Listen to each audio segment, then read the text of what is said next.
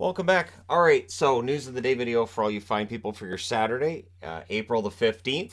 And this was reported this morning. Here we are. Brad Larsen is out as coach of the Columbus Blue Jackets. Yesterday, I said to my wife as we were going to the local Abbotsford game that I felt Larsen was probably going to be gone today. Talking about coaches that got fired, and I said it feels like Larsen's just, they're playing out the string, and then once the season's done, he'll probably be the next one to go.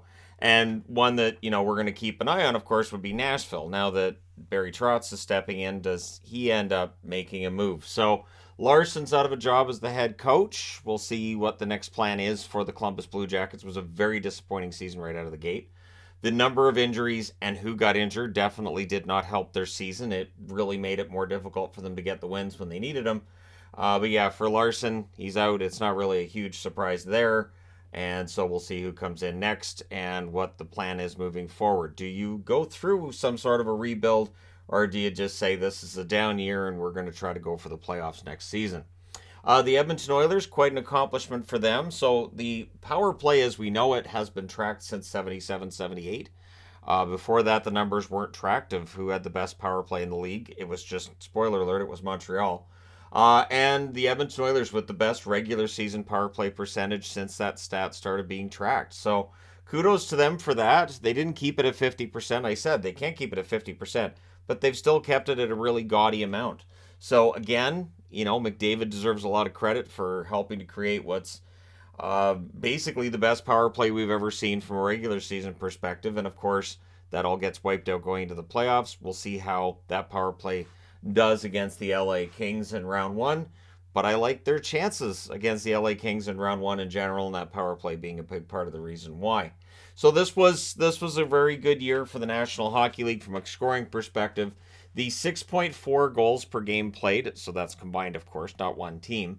The highest it's been in 29 years. So it has been a long time since the National Hockey League had scoring at the level that we're seeing it right now.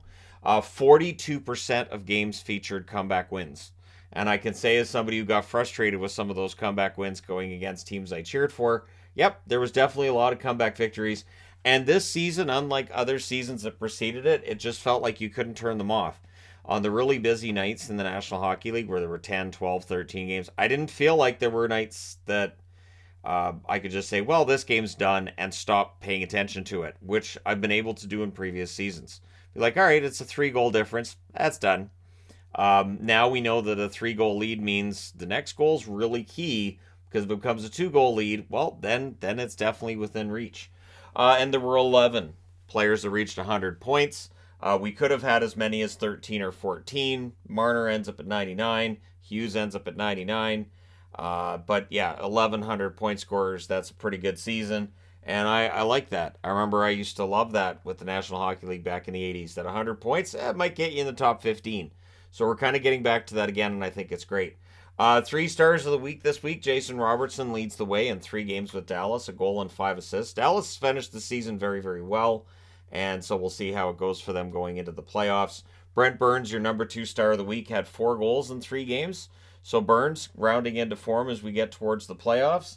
And Brossoit, 2-0 on the week, 962 save percentage, and making an argument that he should be the goaltender throughout the playoffs for the Vegas Golden Knights as they get set for their series against the Winnipeg Jets. It should be a very, very fun series. The power rankings will be going up today. It's just a matter of when. We have a street hockey game we're doing today. I'm not bringing the pucks with me to that street hockey game to try to film it there. I thought about it, but I just don't know that there's a way to make it work where it's going to actually work.